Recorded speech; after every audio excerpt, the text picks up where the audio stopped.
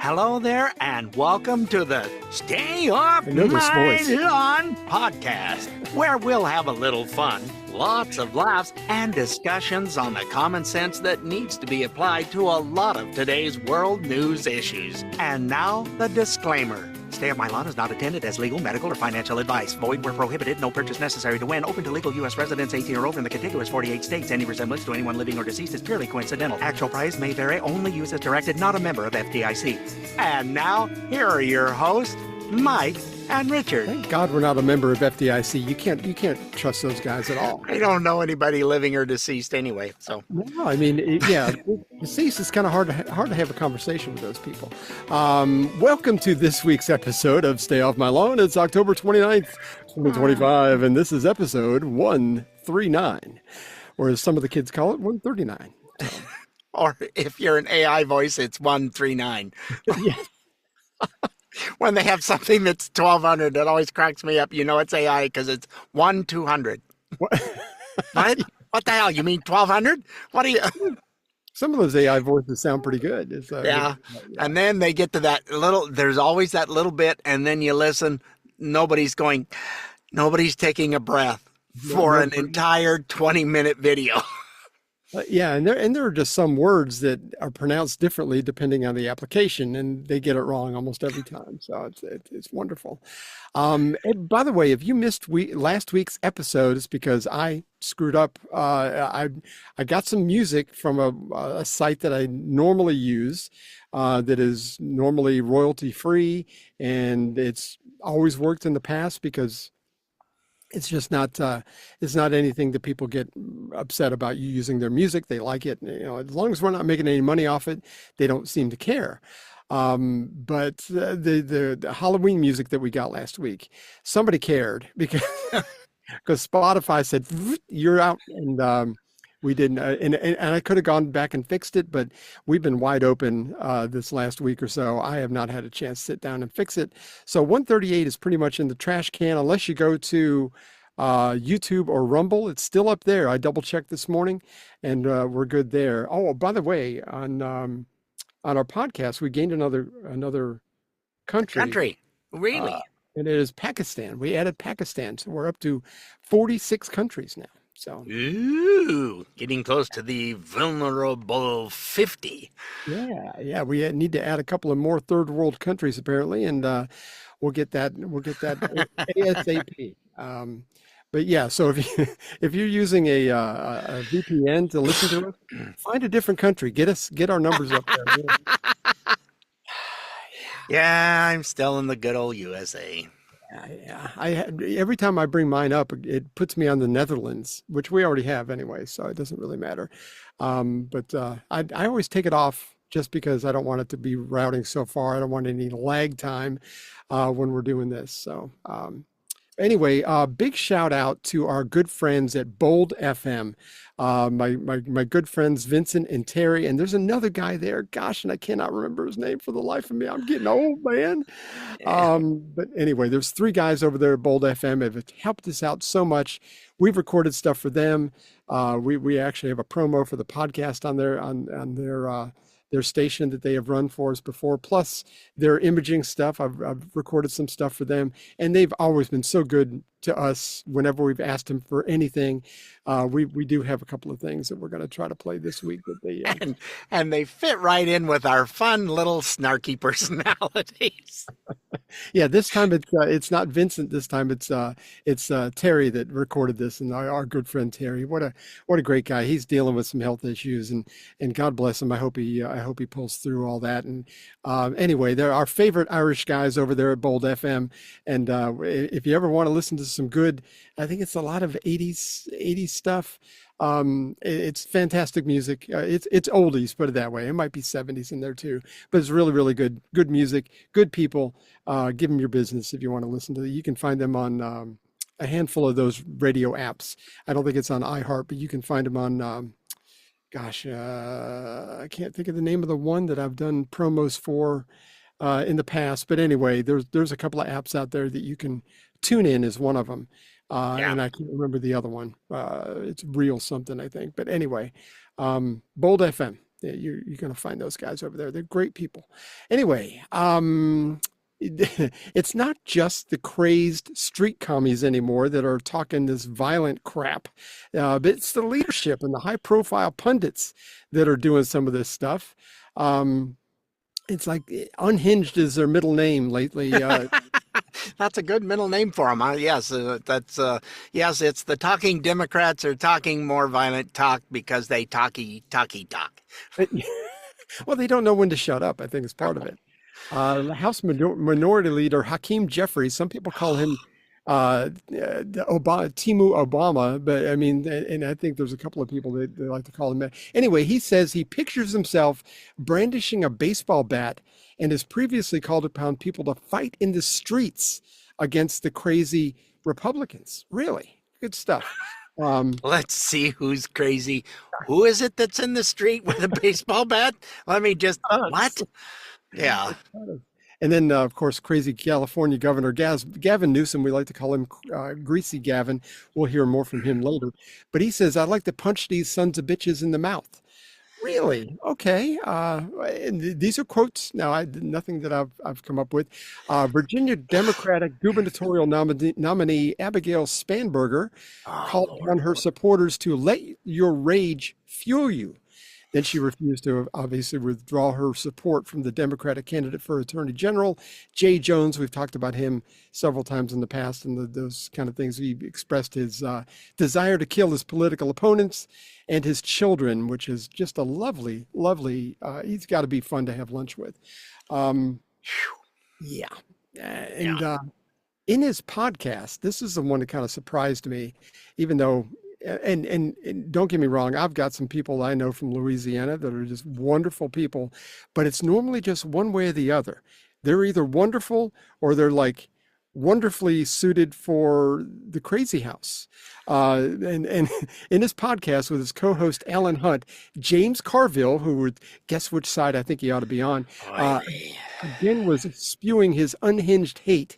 He returned to treating Trump and others as Nazis, or talking about him as Nazis and their supporters as collaborators.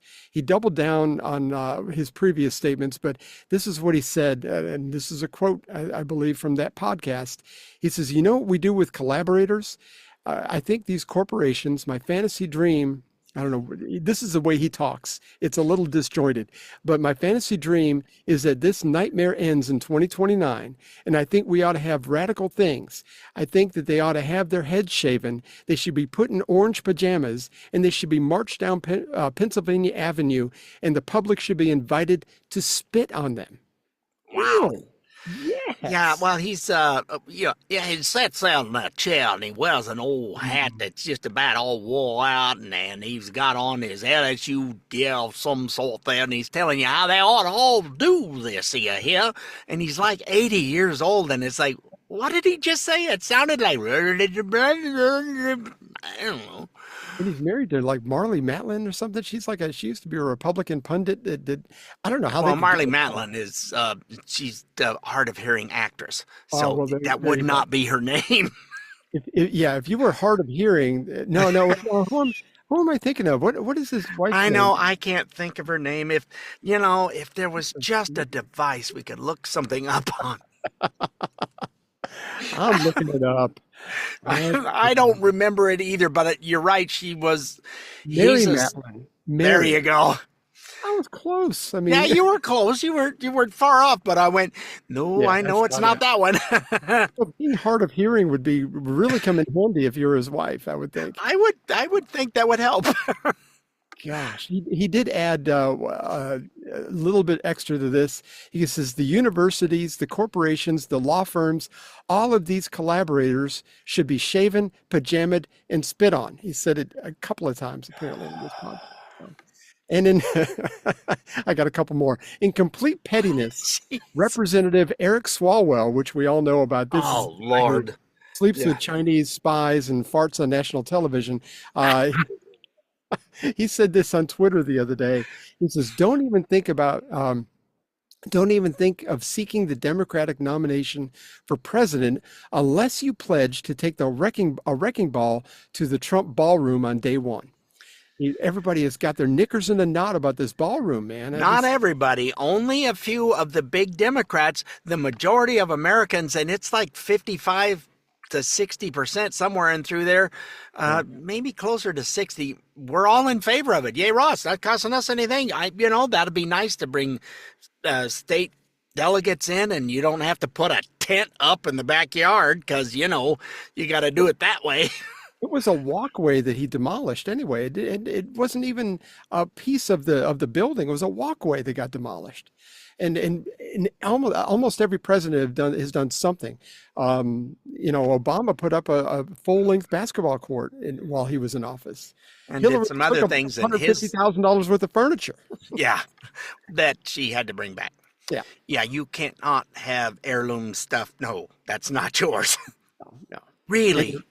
And plus, when they left office, they took all the W's off their keyboards. You remember that? Because of George W. Bush? Talk about pettiness. Goodness gracious. They've all done things, but this is the first time that Trump has kind of like funded it himself. He's gotten, I think part of it is his money, but part of it is donations. He's not used one dime of taxpayer money for this. Nope, and the cost went up, and they went, well, he said it was this much, and now it's that, yeah, and still none of it is taxpayer money. So what do you care? Exactly. We're not. They're trying to find stuff, and they're getting shut down because how do you argue against that? It's tough, but they continue to try. So I mean, whatever. Kamala was in the news. She was being interviewed on the BBC this past weekend, and she sounded like, in all likelihood, that she'll run for president again. I'm the most celebrated non-presidential winner in history. I even have a book to prove it. There was probably some good English Scotch sitting there, but I wouldn't be surprised. Oh my Anyway, Lord. This is how she sounded. In terms then of what is next for you, you write very powerfully about the differences that many women have made to your life, whether that was your meeting with Angela Merkel or the experience of growing up with your extraordinary mother or the stories of your baby nieces, Amara and Leela. When are they going to see a woman in charge in the White House? In their lifetime, for sure. Could it be you? Possibly. Have you maybe decided yet? No, I have not. But you say in your book, I'm not done. That is correct. I am not done. I have lived my entire career a life of service, and it's in my bones. And there are many ways to serve. I've not decided yet what I will do in the future beyond what I am doing right now. But you've been very clear that it's a possibility you might run again to become president. And in my experience interviewing politicians, when someone says I'm not done, it means they are thinking seriously about running. But when you look at the bookies' odds, they put you as an outsider, even behind Dwayne "The Rock" Johnson. I mean, is that underestimating you? I think there are all kinds of polls that will tell you a variety of things. I've never listened to polls. If I listened to polls, I would have not run for my first office or my second office. And I certainly wouldn't be sitting here in this interview. They put you behind a pro wrestler and an actor. It's like, and I think Dwayne's a better choice than she is anyway. So I'm When with she actually ran and had to get her own votes, she didn't even get 1% of those. That's why she was one of the first ones to drop out. Nobody wanted her. The time she did run, she didn't get voted in. She was anointed. And the only reason that Biden selected her, in his words, was because she's a black female. And that was the only criteria that he had for his vice president.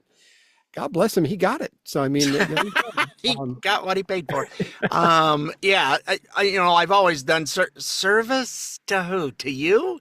Because, the border czar, let's say czar, heavily putting that in there.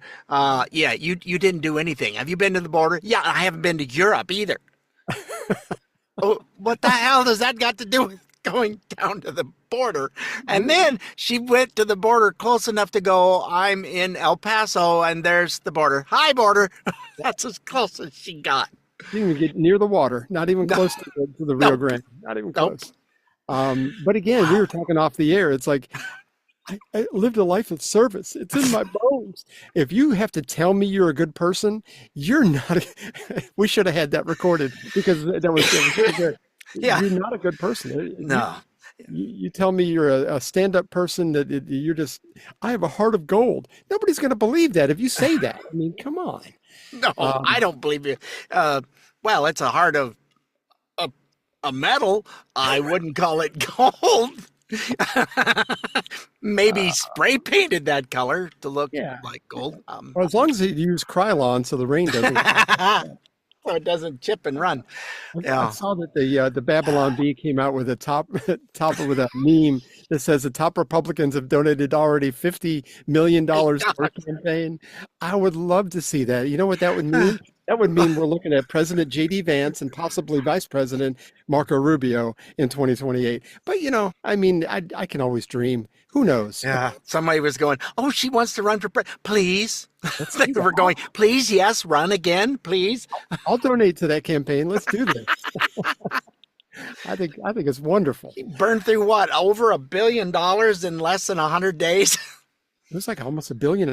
Yeah. And it was a huge amount. In the hole, I think. Yeah. It was, goodness gracious. And still didn't. Yeah. Well, you can only shovel it in the porcelain altar of fame so fast, I suppose. That's true. That's true.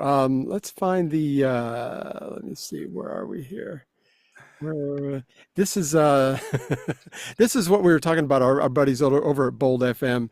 Our whole episode this week is about people running for office. And so we are calling this. It's time for this week's segment of Crazy People Trying to Get Elected. God help us. I love hearing from him. I'm so glad that he's doing okay. He's hanging in there. He's doing good. He's doing good. Anyway, that was our buddy Terry over at Bold FM. Andrew Cuomo is pulling out all the stops to win the mayoral race in New York City. God bless him. I think it's wonderful. Here he is talking in an interview, I think it was the other day. If Zoran Mandami wins the election, Donald Trump will take over New York City. He will be President Trump and Mayor Trump. Why? He has already said as much. He will say, because it'll be the perfect excuse for the president to do what he wants to do, which is seize power and control over New York City, the greatest city in the country, if not the globe. And he will say, this person is a threat to public safety. He's 33 years old. He's never had a job. He's anti-police, anti-business, anti-Semitic. I have to come in to protect New Yorkers. And on what would be Mayor Mandami's election inaugural day, you will see tanks coming down Fifth Avenue with Donald Trump taking a selfie in front of Trump Tower. And it will be mayhem. Is that fear mongering, or is that how realistic do you think that is? It is what President Trump said he will do. And it is what makes total sense for him to do. He sends National Guard into cities. Why? Because he's making a political point. These Democrats don't know how to run these cities, and they endanger people. And it takes me, Donald Trump, to send in the federal troops to clean up the mess these Democratic lunatics are creating. That's what the National Guard is about. They're not really there for any other purpose. It's a political power play. I think if you look up fear-mongering and lunatic, I think you get pictures of Andrew Cuomo. And it's like, this is what he's going to do. They said that all before he was elected the last time. He never did any of it. And now he's trying to bring it back and say the things that didn't work the last time they said that. And it's... There are people in those cities who are going, thank you for bringing in. We are so tired. I haven't been able to walk to the store in years. This is so nice. But no, that's not what the Democrats want to talk about. No, that's not it. I've heard plenty of residents in Washington, D.C., even when all this first started, that have said, this is great. My kids can play at the playground again, and things are better. So, I don't understand why the Democrats are against this whole cleaning up the city. I mean, because obviously the DAs and the mayors are not empowering the police to do what they should be doing. So, I mean, I think the problem is that once the National Guard gets pulled out, everything's going to go back to the way it was, and we can't continue to keep the National Guard in there. So I don't know what the end game is. But I don't know. Talk about fear mongering. Oh my gosh, I'm glad that whoever was interviewing him asked that question. It's like, Yeah, they're going, are you sure? It's like, none of this has ever happened. And I love how the Democrats are continuing to say this is what he's going to do. And he's never done this of what he said he was going. He's not taking over nothing. he's never said that either. If he said it, that clip would be playing everywhere. I mean, On a continuous loop. We'd see it during the whole halftime show on the NFL, and it'd be everywhere. Anyway, he never said any of that. So, I mean, again, fear mongering. Whatever. We are up against a break. Excuse me. When we come back, we're going to hear from the other Cuomo brother that it might make Thanksgiving dinner a little uncomfortable. So hang in there. We'll be right back. Stay connected with these guys. Email at soml@duck.com or go to the website stayoffmylawn. Bud Light presents Real Men of Genius. Real men of genius. Today we salute you, Mr. Inspirational Poster Writer. Mr. Inspirational Poster Writer. Without you, how would we ever know that today, not tomorrow or last Thursday, is the first day of the rest of our lives? Starting right now. You ask us to take it one day at a time and remind us turkeys flock, but eagles soar alone. Soaring high. Only you could turn a picture of a kitten doing chin-ups into something more than cuddly. You make it inspiring. Believe in yourself. So crack open an ice cold Bud Light, oh poet of the poster. You try very hard to make us try very, very hard. Thank you, thank you, thank you. Bud Light Beer, Anheuser-Busch, St. Louis, Missouri.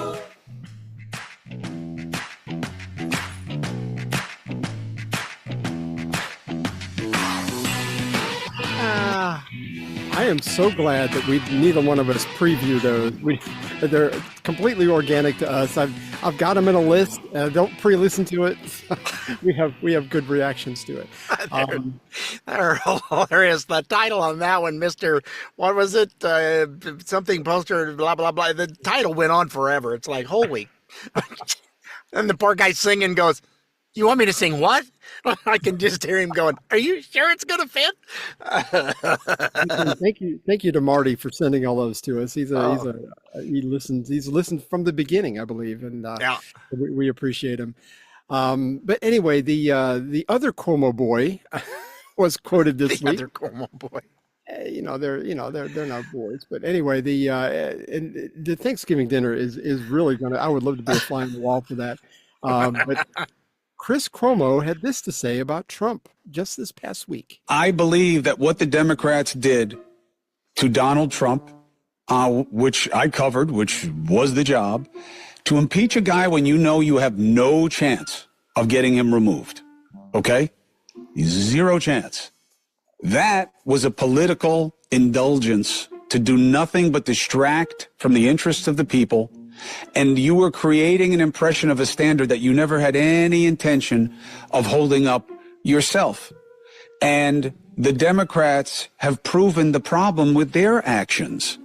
Those New York cases, Charlie, were crap. And they only brought them to try to slow down Trump. We both know it. And what they did with Kamala Harris is proof that they don't give a shit about any higher standard. They didn't even allow for democratic process in their own stupid little club where they can do whatever they want. Stupid little club. I love that. I think Andy should make that his campaign speech. And the thing about New York, Mamdani is starting to lose a little bit of his support, according to the polls. Oh, the shine is coming off. Oh yeah, most Republicans don't respond to polls, so you really. I do think Kamala is right in a certain aspect that you can't really depend on polls. Um, but it's normally going against the Democrats when the polls are dependent on. So Mm-hmm. no, I don't know. Mamdani's not doing so great. Curtis Sliwa, and there's some controversy about him. Not necessarily him himself, but I mean, there are some people saying that he should drop out of the race so Andrew has a shot at beating out Mamdani. Um, other people are saying, I think Andrew should jump out so Curtis Sliwa has a chance. Right now, they're kind of splitting the anti-Mamdani vote. So one of them probably should go. I don't think Andrew Cuomo's that big of an improvement over Mamdani. I think that he's kind of proven himself to be an idiot. Yeah. But, Well, the stuff that we just played kind of points the needle that way. There's not much you can say about it. It's like, that was not good. It was not good. It was not, I think he needs to be more scripted. Sort of like when you let Uncle Joe, when he would kind of go off the reservation and said, back in Scranton, it's like, oh my gosh, here we go. And the hair on my legs, you'd rub them and they'd, what the hell are you talking about? I like little kids rubbing my legs. Well, Cammy Joe's not any better. Her unscripted is like, what? All she has is communist slogans that she can spit out. Exactly. And by the way, in full transparency, Richard and I are all unscripted pretty much on this whole show. So we're doing better than they are. Not a lot, but we're doing a little bit better. We're having more fun at it, if that counts for anything. And this next thing, file this under, if I have to tell you something, then chances are it's not true. Speaking of crazy in New York City. Nice segue. See, I'm doing my best here. And that was unscripted. I don't have any of that written down. That was good. We have our stories, folks. They're like one line. That's it. That's all we have. We have an outline that we follow most of the time. The rest of it is just caffeine and weirdness and weird. We're working that angle to death here. But AOC cleared up what's crazy and apparently what is not. Here she had to say, I think it was Saturday here. But we must remember, in a time such as this, we are not the crazy ones, New York City. No. Really? We are not the outlandish ones, New York City. No. They want us to think we are crazy. We are sane. Again, I'm a good person. My feet don't smell. My breath is good. I'm glad the clip wasn't any longer because her voice is like nails on a chalkboard. God, that's annoying. It is, yes. Anyway, yeah. Oh, I'm good. Trust me. I'm a good person. You believe me, right? I haven't made a lot of money since I've been making. I haven't made millions and millions of dollars in the last few years. No. Yeah. How did she go from I was a poor bartender to now she's worth like $12 million or more? I saw the number and I can't remember. Huh? 6-8 years. She hasn't been in office that long. I mean, yeah. Well, she learned from Auntie Nancy. Yeah, showed her really well, and it's like, oh, is that what you got to do? Okay. Well, that's shady as hell. I'm in. Again, if you're a trading kind of person, go to capitaltrades.com and you can find where all the Republicans and Democrats and what they're trading on. Yeah, find the people on the military spending committees, and you're going to be good to go. Your 401k will thank you. Your Roth IRA will never have looked better. That's right. Oh my gosh! Speaker of the House, Mike Johnson. He's been a little snarky lately. I like that he's kind of gotten a little bit more backbone about the way he talks. But he had a good take on the craziness of this shutdown that we know as the Schumer shutdown. But it begins with SH one way or the other. Anyway, here we go. What we're witnessing is truly the end of the Democratic Party as we've known it, and even some Democrats are now saying that out loud. You can see it in their interviews. I watched one last night. All this is directly related to the Democrats' shutdown show. Why? Because just like they decided to save their own skin, that they had to endorse the Marxist Mamdani in an unprecedented move, they have also decided they had to shut down the government in an unprecedented move. No matter the pain it inflicts upon hardworking American people, they were simply more afraid of the Marxists in their party than they are of voters. Yeah, and this has been brought up by many people that the extreme left part of the party has taken over. It happened during Biden. We're still seeing it today. Oh yeah, and they want, and they're going, well, and the Democrats do not want to negotiate on any of this. You're going to give us, we're going to tell you what you're going to do for us. We want our $1.5 trillion back so we can send money overseas for whatever, some of the dumb things that are going. I don't think it's money going overseas. I think it's going and making a loop. Their slush fund has been eliminated and they're not happy about it. Yeah, Swiss bank accounts and Cayman Island bank accounts are still overseas. I mean, yeah, it goes, and then it's like so much gets to that, and then we're going to give you this many millions, and by the way, you need to give me one of those millions back. And that's the thing when they and we've talked about this plenty of times, but when they shut down USAID, 97% of the funding that went to USAID dried up because of Doge, and I think it's a good thing. But it's again that old saying that when you throw a rock into a pack of dogs, the one that makes the most noise is the one that got hit. So the Democrats that got all upset and started crying about USAID, I think they're the ones who are getting the kickbacks. Yeah, that's the problem, is that back pocket action where they stick the old hiney out and it's full again now. Oh, that's lots better. And that pocket's been being filled for quite some time, and they were getting, would you say, out in the open about it, or they just weren't trying to hide it anymore. It's like, oh yeah, no, we're doing this, and what Trump's going to be president? Oh crap! Quick, you got to clean up the house. Yeah, we got to do something. Yeah, get the vacuum cleaner. Yeah, yeah, and it was not working. So every time they kept eliminating these programs that were like, what, they're doing what with taxpayer money? No, and we have more on taxpayer money. Classes in Croatia and in Monaco and stuff. It's like, what? I mean, taxpayer money should not be going overseas in that capacity in any way, shape, or form. Teaching underwater basket weaving in the Congo. Whatever. There was a cartoon in LGBTQ cartoon in Colombia, I think it was, or Peru. One of them. It's like, who even thinks this stuff up? But again, it's to funnel money to people, their supporters, themselves. You can't convince me otherwise. There was a lady named Barry Weiss. She has taken over the news department at CBS, and she's starting to make some changes. She was actually an op-ed reporter for the New York Times, and she worked for the Wall Street Journal, I think, also. But apparently she's gifted with some common sense, and she sees the problems at CBS. And I think that, it seems like the reporting has started to change a little bit too. This was Margaret Brennan, and I think every time I hear the name Margaret Brennan, it's like, it was a J.D. Vance said, "None of us care, Margaret," or something like that. Trying to push a narrative during an interview, and he just went, "No, we don't give a rip about that." So moving on. We don't care, Margaret. Have a nice day. Yeah. Anyway, she was interviewing Hakeem Jeffries. Some people call them the Timu Obama. Good old Hakeem. She was asking him good pointed questions, and here's how that went. You said Democrats, there are no election deniers on our side of the aisle. You said that back in January. But recently, you've been using the term rigged elections in reference to the upcoming midterms. Democrats were appalled when President Trump used language like that.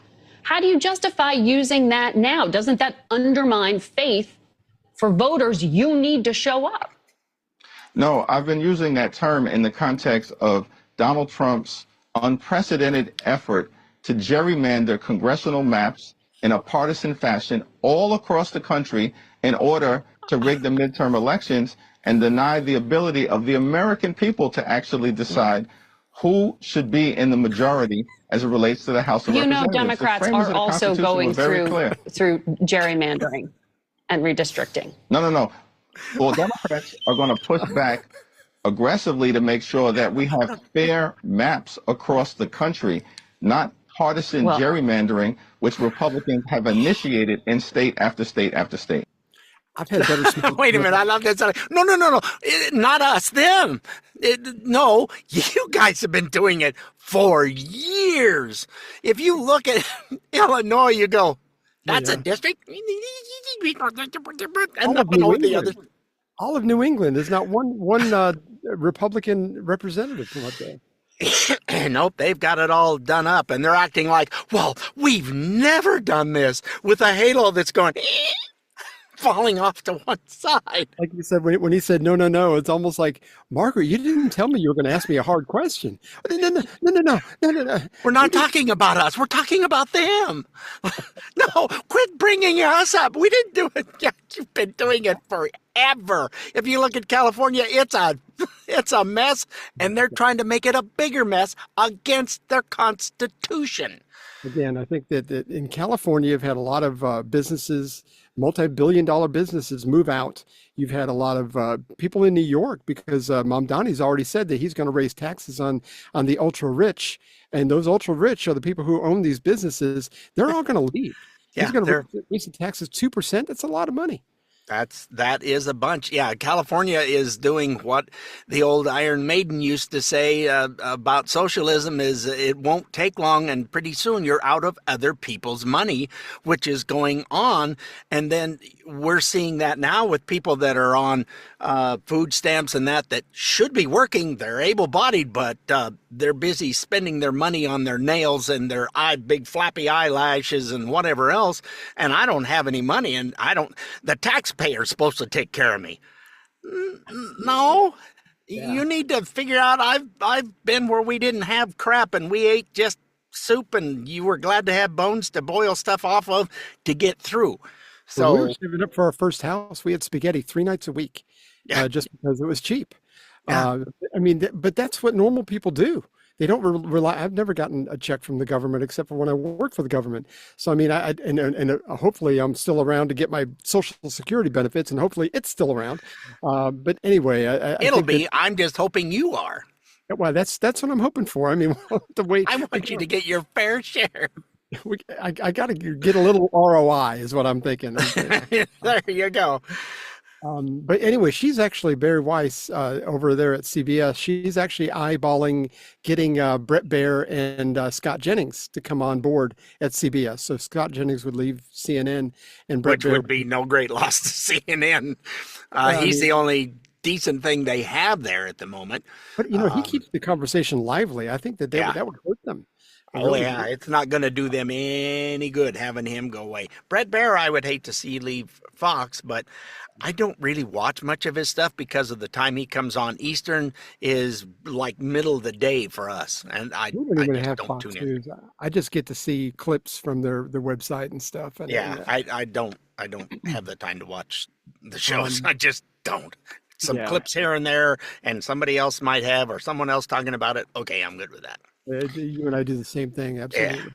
Even CNN is being forced to ask some tough questions. Here's Jake Tapper, and you brought up SNAP benefits and everything. We're going to dip into that a little bit here, but he was asking Democratic Congresswoman Melanie Stansbury about her stubbornness when it comes to this government shutdown. The table this weekend, should the and we're Democratic not going to stand for it. Should the Democratic senators from New Mexico, your home state, vote to open the government so that these SNAP funds are not at risk? Let me be clear. The administration is choosing to starve American children with money that they already have appropriated. I'm not applauding their choice by tactics. The White House. Well, this is a choice by the White House. This is also, choosing Congresswoman, to this cut is off also a food choice assistance. by Senate Democrats No, to not it is vote to not. open the government. Yes, it is. I understand why they're doing it. They're doing it because they want Medicaid funds restored. They're doing it because they want Obamacare premiums to be extended past the end of the year. I understand the reasoning. Sir, let me just be clear. The money for contingency plans is sitting there. That is why the states are suing. The White House is withholding funds from 2 to 3 children weeks worth to of SNAP have funds. food. Yeah. Yeah, well, it may not be a big deal to you, but let me It is tell a big you deal that to for me. the grandparents, for It grandparents is a big deal to that me. literally are feeding their children, My point to is that not it's a have short-term money solution. in those accounts.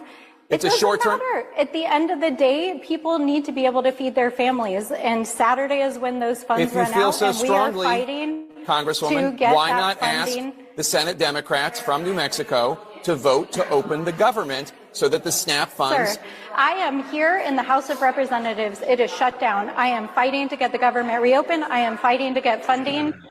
Like a broke clock. Jake Tapper's right at least twice a day, and that was one of his. That was one of the times when, I expected her to sound almost like, let me be clear, I'm not a crook. It's like, give me a break, lady. You are holding the government hostage because you want your $1.5 trillion of slush fund money back. That's what it amounts to. Have you heard some of the crap where the money's going to foreign entities and they want to pay for all of the individuals that are illegals that are in the country? And no, they're not immigrants. They're illegal immigrants. It's no, we can't afford it. We're not paying for them. Other people's money is saying no right now. No matter what Don Lemon says, it is a crime for someone to be here illegally. It's a misdemeanor. It's not a crime. It's like, anyway, they should not be getting funds for going to, because all they do, they go to emergency rooms, clogging up the emergency rooms, especially in California. California is using the federal funds that they get to pay for those emergency room visits. But we're not taking federal funds and paying for illegal aliens' health care. Really? You're going to talk semantics that way? That lie's falling on deaf ears. Speaking of SNAP funds, and a lot of people, including myself, I don't understand a lot of where these SNAP benefits go, but Newsmax's Rob Finnerty gave us a little bit of insight on this, and this is really good. There are 42 million people in this country that need food stamps on a weekly basis. And we're saying people deliberately instead of Americans, because most of the people that are on food stamps aren't even from this country. 45% of Afghanistan immigrants are on food stamps, 42% of Somali immigrants, 34% of every immigrant from Iraq, 23% of Haitians, 59% of all illegal aliens are collecting food stamps, meaning that most of the people getting food stamps from the U.S. government and the U.S. taxpayer are not even Americans. Think about that. And we didn't know about any of this before the government shutdown started, but thanks to Democrats, we can confirm tonight that millions of Joe Biden illegal aliens, people who crossed the border when Joe was president, are now collecting food stamps from a program funded by hardworking American taxpayers. Almost 60%. So, I mean, it's they can say what they want, but I love all these things they're finding out while the government shut down. They're still digging in and looking for stuff and like, ooh, looky what we found this time. It's like the Democrats are going, what is that? What keeps biting at my the little nipper? Maybe it's a spider. Is it a spider? I mean, yeah. Well, a spider bark is something different altogether. But it's completely different, you're right, and that's something we don't need to talk about. But they've been doing a lot of that too. They have been, yeah. Eric Swalwell, like we said before. Anyway, Greasy, we are up against the break. When we come back, Greasy Gavin has kind of changed his talk. Do you remember the beginning of The Jerk? Do you remember that movie, The Jerk? Steve Martin? Yes. He said he was born a poor black child. Well, Greasy Gavin must have just seen that movie because he did the. I just thought of this off the cuff. Again, unscripted. Here we go. Anyway, he's talking. He's talking like he was born a poor black child. Anyway, we'll dive into that when we come back. Hang in there. The Stay Off My Lawn podcast will be right back. The state of senior hunger is a sad one. According to Feeding America, because of this poor economy, seniors are experiencing food insecurity. They lack access to enough food to support a healthy lifestyle. This means seniors are at risk of not getting enough to eat. Many more are making tough choices between the nutrition they need and basic essentials, including prescriptions, paying for medical, rent, and utility bills. Hunger increases the risk of numerous health problems, such as asthma, depression, and congestive heart failure. So please, check into your state or local food bank and volunteer to help or donate food today. Help those who are the most vulnerable among us.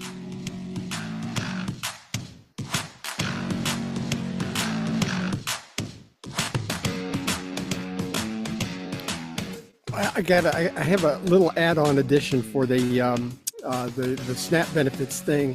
This is the words of some Democrats that are out there. This one guy's name is Martin Heinrich, and think of the word they're starting to use a lot here is leverage. This is very interesting. My wife just sent this to me a little while ago. It says, Martin Henrich said, paying our troops gives the president more leverage. Bernie Sanders says, you open the government and we lose our leverage. Chuck Schumer said, every day it gets better for us. Talking about leverage. Ruben Gallego, that guy from Arizona, he says, then I just go back and shut it down again. Again, about leverage. Congresswoman Catherine Clark said there will be families that are going to suffer, but it is one of the few leverage times that we have. I mean, this is not about the betterment of the people, like they try to say. This has nothing to do with them. They're using this as political pawns to gain advantage for what they want. Well, when they're saying it's, the longer it goes, the better for us. Oh, they are so wrong. Democrats in Congress right now just had another poll came out, and it's only like 26% approval.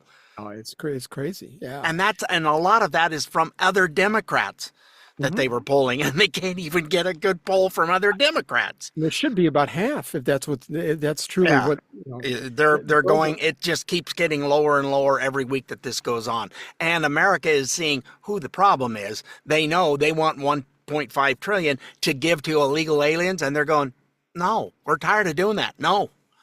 And when it comes to this whole welfare thing and SNAP benefits and everything, and I know there are some people out there that are going through a rough time and need it. I get that totally. But here's a guy brought this up, and I don't have it on my computer, but I'm going to play it for you on my phone. But he actually made a good comparison. Here's how that goes. Food stamps program is administered by the U.S. Department of Agriculture. They proudly report that they distribute free meals and food stamps to 46 million people on an annual basis. Meanwhile, the National Park Service, ran by the U.S. Department of Interior, asked us to please do not feed the animals when we visit the parks. Their stated reason for this policy is being that the animals will grow accustomed and dependent on the handouts, and they will never learn to take care of themselves. Now, is that great or what? Yeah, I think I found that one. I might have sent that one to you. Yeah, that's what they're talking about. Sweden has found that out. Just cut off the funds and they leave. Yeah. I mean, it's just make it make sense, because the more you give, it's like teach a man to fish, he feeds himself for life. You give him a fish, he eats for a day. These phrases have been around for thousands of years. Yep. And they still mean the same thing, and they still have the same impact. You just keep giving, and pretty soon the hands out is like, where's my funds? Where's my? I want my money. Where? It's like, you taxpayers are supposed to take care of me. No, nowhere does it say because you don't want to work, I have to take care of you. No. And the writer of 2/3 of the New Testament, the Apostle Paul, even said, if you don't work, you don't eat. So, I mean, this has been going on for a long time, that, this whole government handout thing. Well, and that happened in Russia when everybody was getting level pay. You all get the same pay. Well, this guy hardly is working. I'm working my butt off, but I'm not making any more money than him. Well, then pretty soon your initiative to work harder goes down the toilet, and now nobody's working hard and nothing's happening. I saw that. I was reading a story about AI, and there was a video that went along with it. I think it was part of Kim Commando's email. Anyway, she was talking about AI, and there was some coffee shop somewhere where they had like AI. They had a camera watching all the baristas making their coffee and everything, and they was keeping track on how many cups of coffee each one of them. Did you see this? Yes. Each one of them were making, and it's like there was one girl kind of in the corner trying to stay out of the way. She had only made like 3. The one girl that was working hard was making like 20. Yeah, and it was 20. So you can actually use AI for good. Obviously, there's some bad out there too, but I mean, at least you could maybe give that person a raise that's doing the more work. That's the way it ought to be. I mean, I've got no problem with that. I mean, some people wouldn't like that, but I mean, if you're going to try to make equal pay across the board for everybody, whether you work hard or not, that's completely against the American way, completely. Yeah, it's I've seen it done. That's why I enjoyed route work. The bigger your route was, the more money you make. The harder you work to make that route bigger, to take care of customers better, so that they're referring somebody else. All of a sudden, you're running $1 million business out of a truck. Yeah, That's somebody else has got all the liability, but it served my family quite well. I don't mind working hard. I grew up on a farm. You worked hard. The harder you worked, you got more money. Exactly, and that's been the way it's supposed to. Well, and anyway, it's the way it's supposed to be because it makes common sense, and then we know that that's not common anymore. So, speaking of uncommon common sense, Greasy Gavin was just recently on a podcast with a couple of black guys. Yeah, it's terrible. But I don't know the name of this podcast, but they kind of bought into what he was saying. To me, it was like filled with red flags. But anyway, he suddenly feels like he is becoming who he needs to be, depending on who he talks to. Sort of like Uncle Joe. But anyway, here's how that sounded. But also, it was also about paying the bills, man. And it was just like hustling. And so I was out there kind of raising myself, turning on the TV, started, just getting obsessed, sitting there with the Wonder Bread and 5 stacks of, it's like the White Stack 5 story.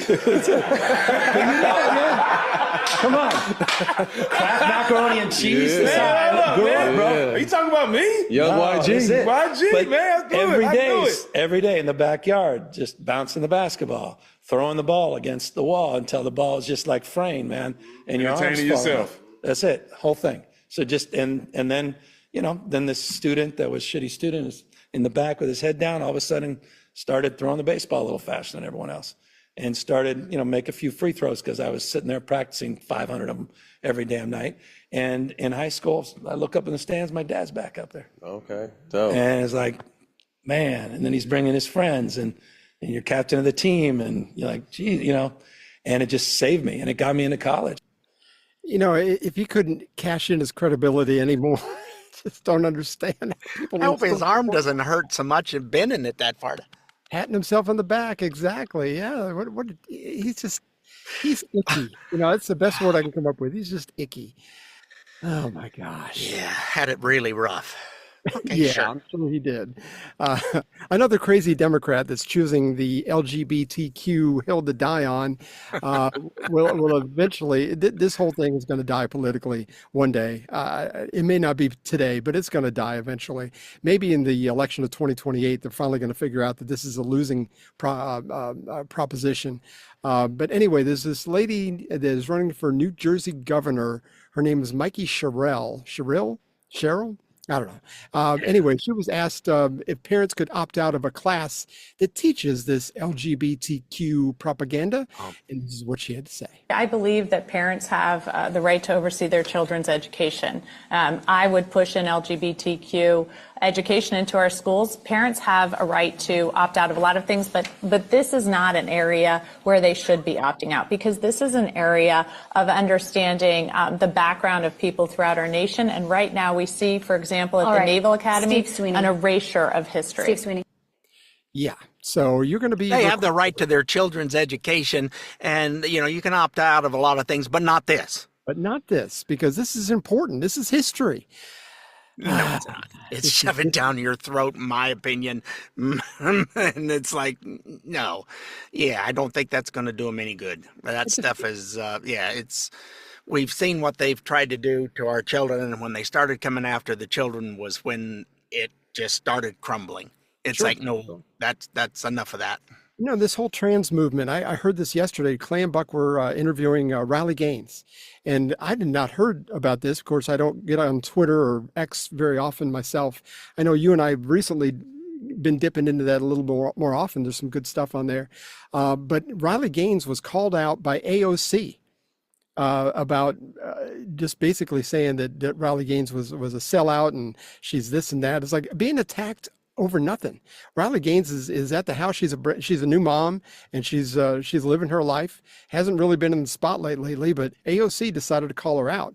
I mean, it's like, and it's all about the whole trans movement, because she was so focused on competing only against other women, which makes sense. Again, common sense. We hate that. goodness gracious. Well, if you're being called out, that means you've done something. You've hit the nail on the head, and that's not the narrative that they want. They don't want the truth out. They want their narrative. So when you get all of a sudden hit on that and called out, it's because you hit a nerve that they going, no, no, no, no, no. You can't say that. You can't talk about that. That's not what our narrative is.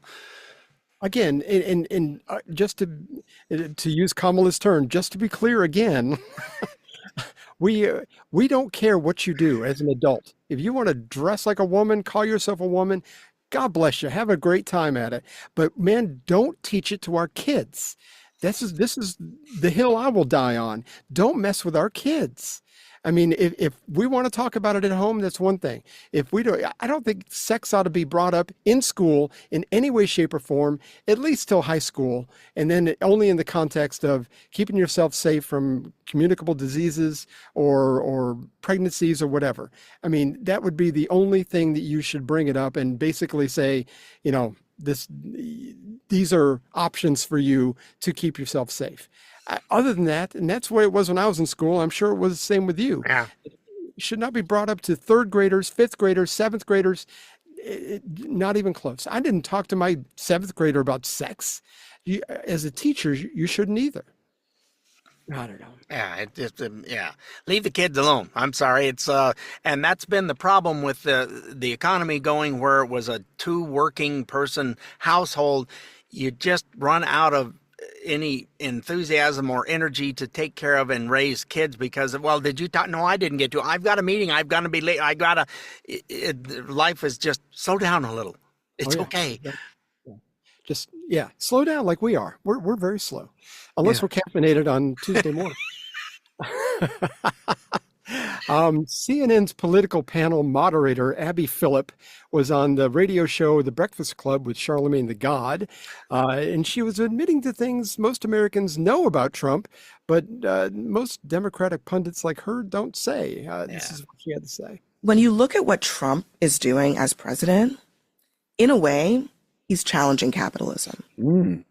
He's putting tariffs on countries indiscriminately, just because he wants to, making the case that he's doing it for Americans. He is taking government stakes in private companies. That's a Bernie Sanders idea, by the way. He is creating a government website where people can shop around for prescription drugs, another Bernie Sanders idea.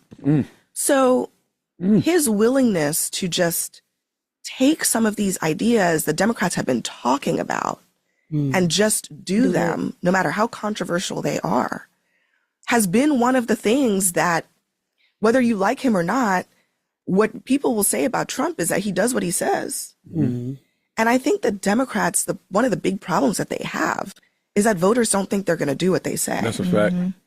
They say all the right things, but they don't think they're going to do what they say.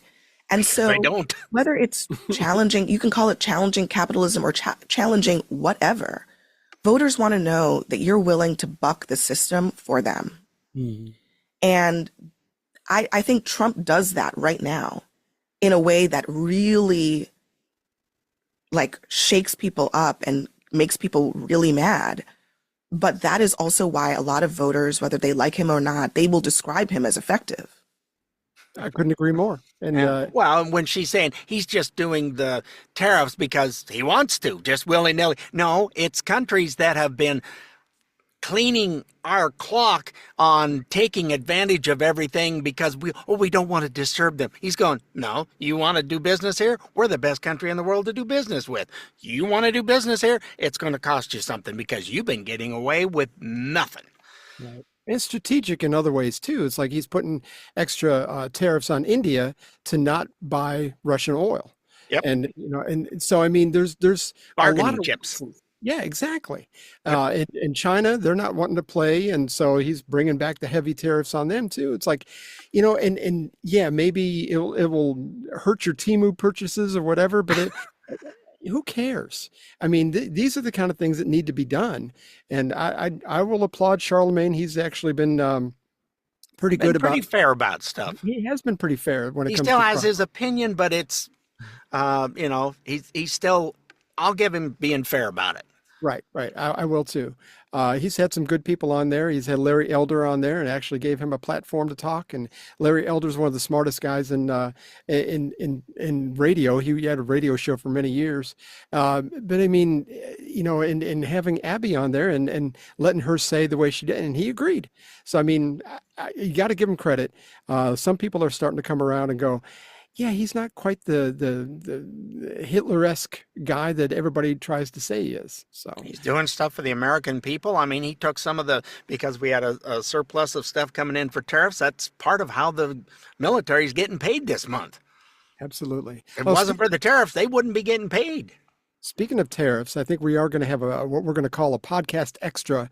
It's about the history of tariffs. Richard and I are going to read an article back and forth, and it's a long article, but it gives you the history of tariffs from the very beginning up until the recent history, and it really is very enlightening. Richard and I both have read this from the magazine called Imprimis from Hillsdale College. Great people.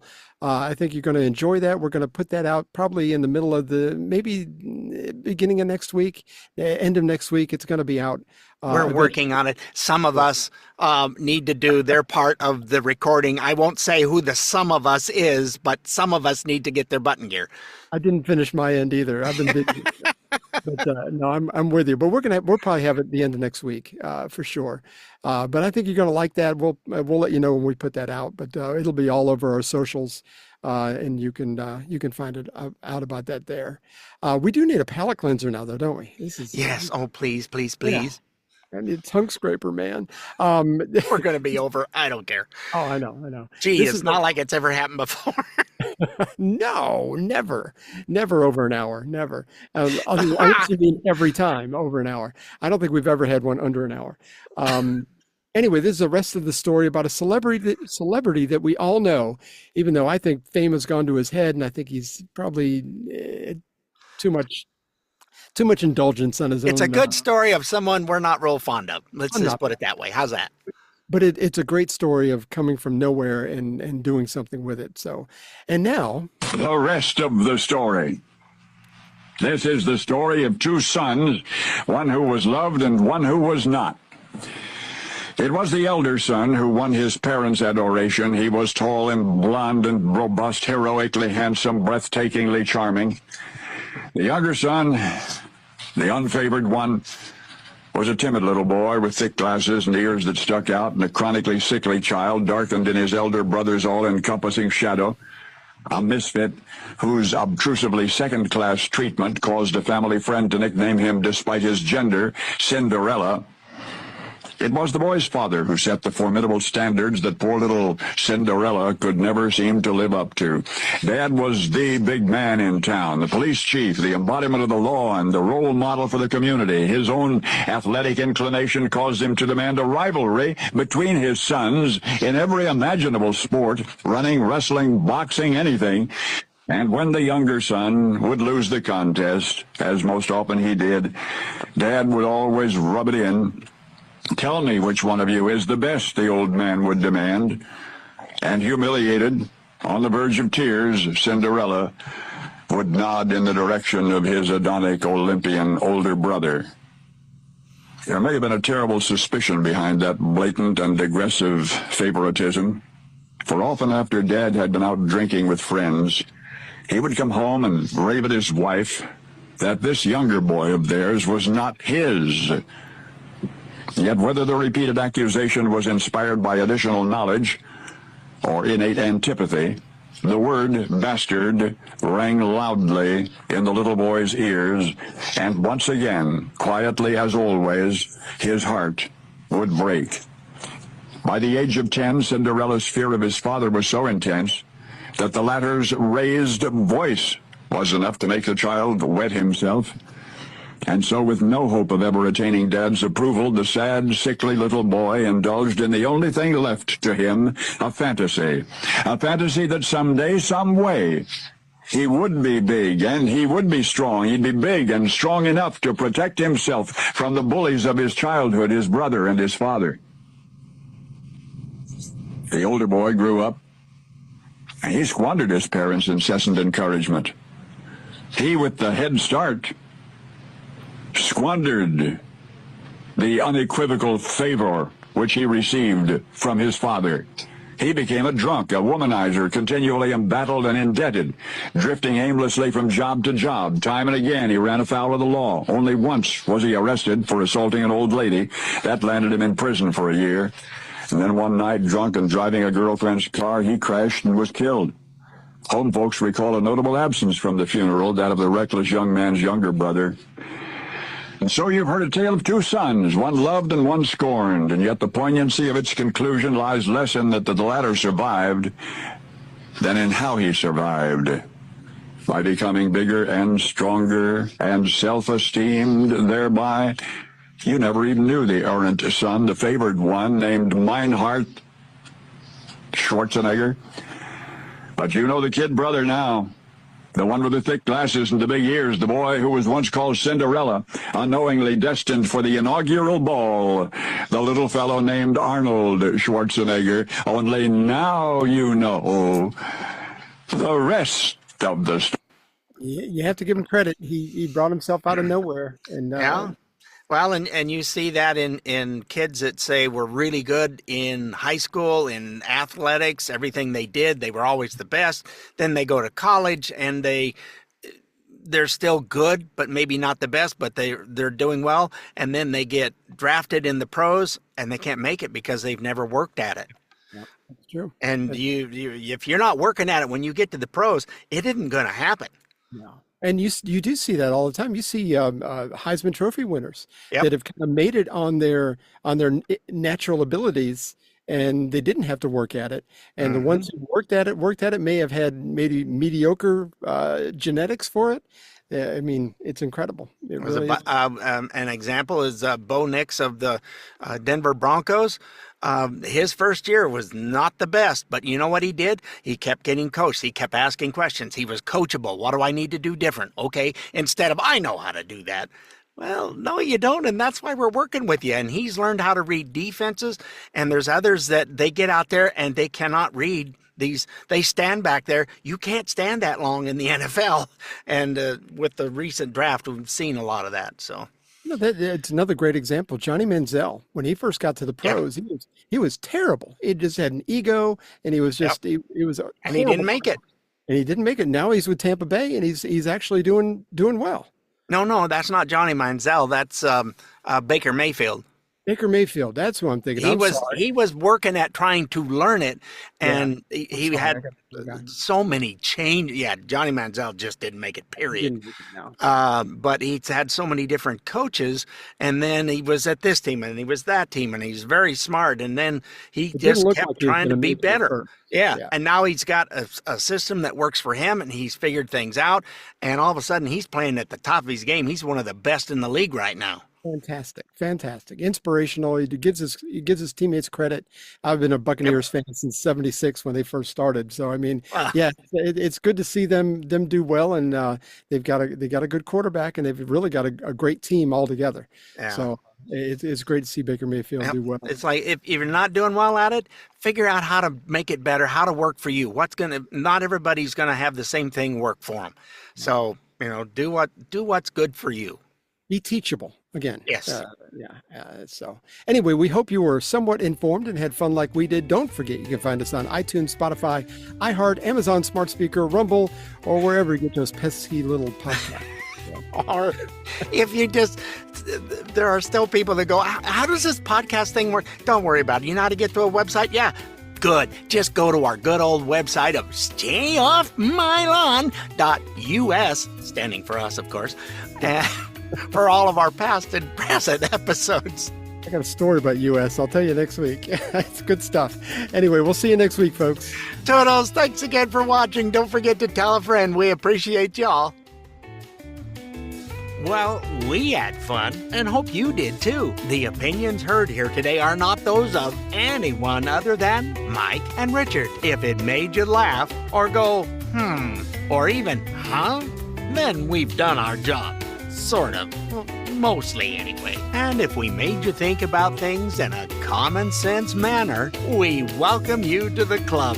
And if it didn't, then just stay off my lawn. See you next time.